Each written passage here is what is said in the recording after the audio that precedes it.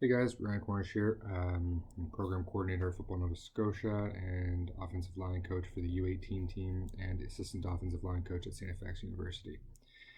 Today I'm going to be doing a little video to help some of our young offensive linemen learn how to snap the ball effectively and consistently. A couple drills you can work on at home, in your garage, in your driveway, anywhere. It's perfect for this time where we're all social distancing and staying home. So first off, there's two types of snaps I'm going to be talking about today. There's the traditional spiral snap, which is the shotgun snap that has been used forever, and the dead ball snap that is seemingly becoming the new norm in football. For those coaches that may not know what the dead ball snap is, it's just a different way to get the ball back to the quarterback with no spin on the ball as it comes from the center. That way it's easier for the quarterback to get his hands on the laces and there's less margin for error. So what I'm going to be showing you here works for both snaps, but first off I'll start with the spiral snap, which we see a lot of people using at the younger ages. So grip the ball. I always tell my players, just grip it what's comfortable. Have your hand more to the top of the ball, just like you're going to throw the football. That's the easiest way to explain it to the younger offensive linemen. Then have them set up in their stance.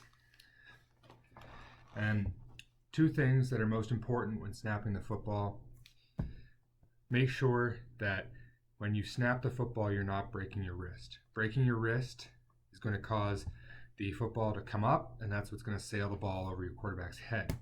Secondly, when we want to snap the football, we want to be consistent. So what I tell my offensive linemen to do is, when you snap that ball, bring your arm back and notice where your arm hits your leg.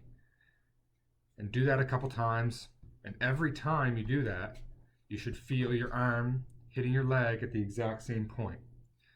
So when your arm hits your leg at that point, that's when you release the football. There's no need to flick your wrist or bring it all the way back here. When your arm naturally hits your leg at this point, that's the perfect trajectory to launch that football. Now this works the exact same way with the dead ball. The difference with the dead ball snap is we're holding the ball by the tip of the ball, like this.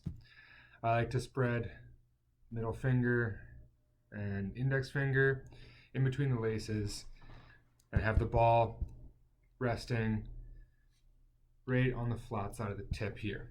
And it's the exact same thing, straight back.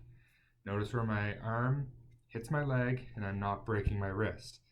My wrist never breaks, it stays in line with my forearm. If I break my wrist, it's going to cause that ball to fly up and go over my quarterback's head. So guys, I know those were some very brief tips on how to get that ball back to the quarterback quickly and effectively with two different methods of snapping the football.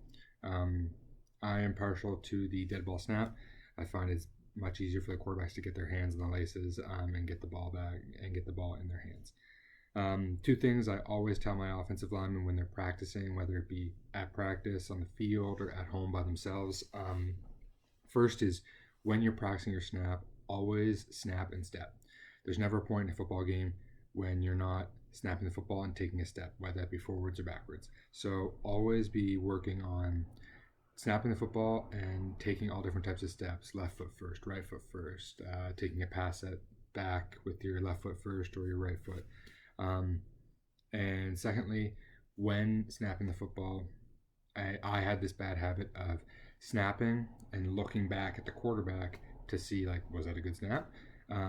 He's going to tell you if it's a bad snap, and everyone around you is going to tell you if it was a bad snap.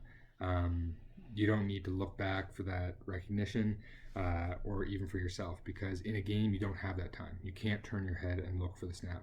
So just trust your quarterback and trust your coaches and trust your team that they're going to tell you if it's a bad snap. They're going to make sure you know. So just trust yourself, snap that ball, and go on. And when you're practicing at home, snap, step, snap, step. Never turn around and look, because you don't want to get in that bad habit of every time you snap the ball, even turning your head just that little bit could be the difference in timing. So that's it for my video today. I know it was very brief and just a couple of tips and tricks on how to snap the football. If you have any questions, feel free to shoot me an email. Thanks, guys.